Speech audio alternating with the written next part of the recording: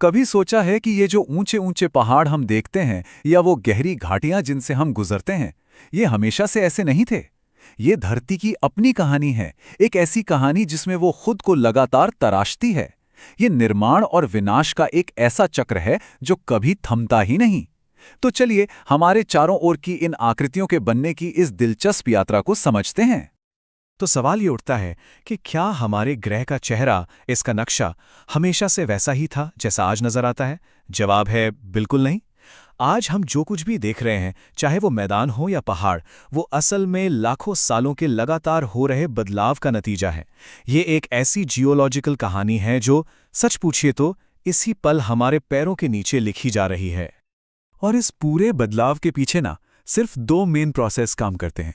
पहला है अपर्दन, जिसका सीधा सा मतलब है धरती की सतह का धीरे धीरे घिसना, टूटना या कटना। और दूसरा है निक्षेपण, यानी जो भी मटेरियल अपर्दन से टूटा फूटा वो कहीं और जाकर जमा हो गया।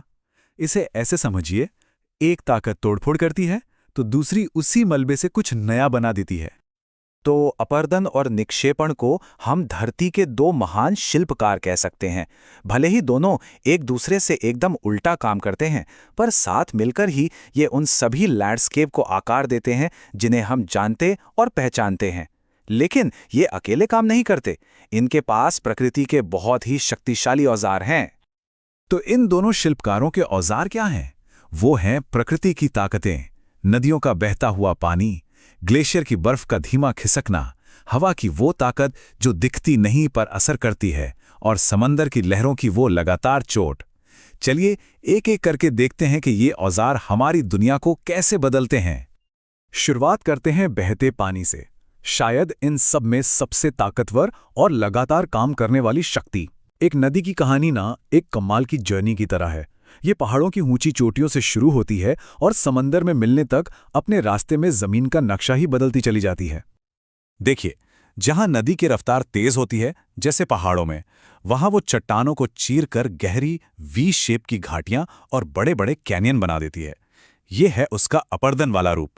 फिर जैसे ही नदी मैदानों में पहुंचकर शांत और धीमी होती है, वो अपने साथ बहाकर लाई मिट्टी और रेत को जमा करना शुरू कर देती है।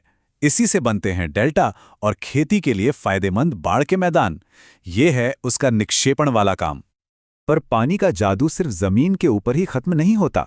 जमीन के नीचे एक छिपी हुई रहस्यमयी दुनिया भी है जिसे पानी ही बनाता है। ये जादू खासकर उन इलाकों में होता है जहां जमीन के नीचे चूना पत्थर यानी लाइमस्टोन होता है। होता यह है कि जब बारिश का पानी जमीन के अंदर रिसता है तो वो चूना पत्थर को धीरे धीरे घोलने लगता है। हजारों लाखों सालों में इसी प्रक्रिया से जमीन के नीचे बड़ी बड़ी गुफाएं यानी केव्स और सिंक होल्स बन जाते हैं। ये पानी का अंडरग्राउंड अपर्दन है।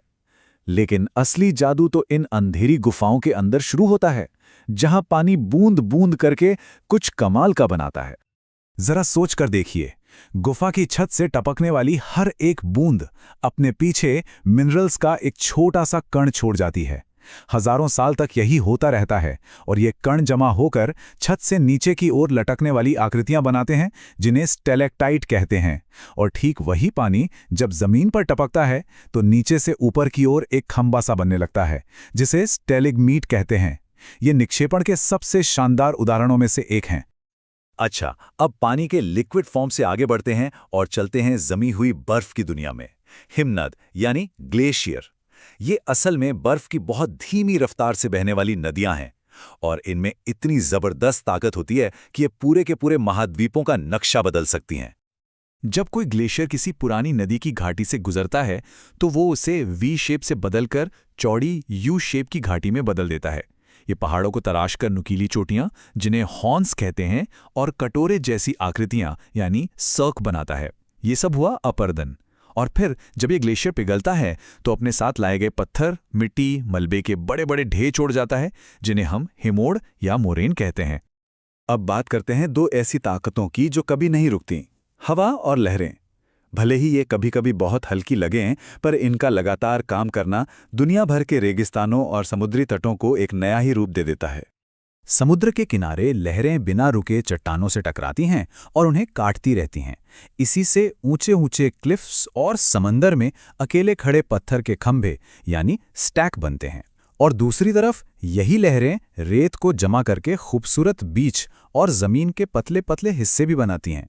ये अपर्दन और निक्षेपण का एक ऐसा डांस है जो कोस्टलाइन पर 24 घंटे चलता रहता है। रेगिस्तान में तो हवा एक सैंड ब्लास्टर मशीन की तरह काम करती है। वो रेत के कणों को तेजी से उड़ाकर चट्टानों से टकराती है और उनके नरम हिस्सों को काट देती है। इसी से मशरूम रॉक जैसी अजीबोगरीब आकृतियां बनती हैं। और फिर जब हवा की रफ्तार कम होती है तो वो इसी उड़ाई हुई रेत को एक जगह जमा कर देती है, जिससे बन जाते हैं रेत के विशाल टीले यानी सैंड ड्यून्स। लेकिन ये भी जान लीजिए कि सारे रेत के टीले एक जैसे नहीं होते। हवा किस दिशा से आ रही है, कितनी तेज है, इस पर डिपेंड करता है कि वो कैसे दिखेंगे। कुछ आधे चांद जैसे होते हैं जिन्हें बरखान कहते हैं, तो कुछ लंबी कतारों जैसे होते हैं। इनके भी कई अलग अलग रूप होते हैं। तो जैसा हमने अब तक देखा, ये सब कुछ एक कभी ना खत्म होने वाले चक्र में बंधा हुआ है। एक तरफ तोड़फोड़, दूसरी तरफ निर्माण। अपर्दन और निक्षेपण, ये वो प्रक्रियाएं हैं जो इसी पल जब हम बात कर रहे हैं हमारे ग्रह को लगातार बदल रही हैं। यहां पर यह पैटर्न बिल्कुल साफ हो जाता है। हर एक एजेंट, चाहे वो नदी हो, ग्लेशियर, हवा या लहरें, हमेशा दोहरी भूमिका निभाता है। एक तरफ वो जमीन को काटता छांटता है और दूसरी तरफ उसी मलबे से कहीं और कुछ नया बना देता है। ये प्रकृति का एक बेहतरीन बैलेंस है। तो अगली बार जब कोई किसी पहाड़ की चोटी को देखे या समंदर किनारे किसी बीच पर टहले, तो ये याद रखें कि ये सिर्फ एक खूबसूरत नज़ारा नहीं है। ये लाखों सालों के अपर्दन और निक्षेपण से लिखी गई एक जीती जागती कहानी है।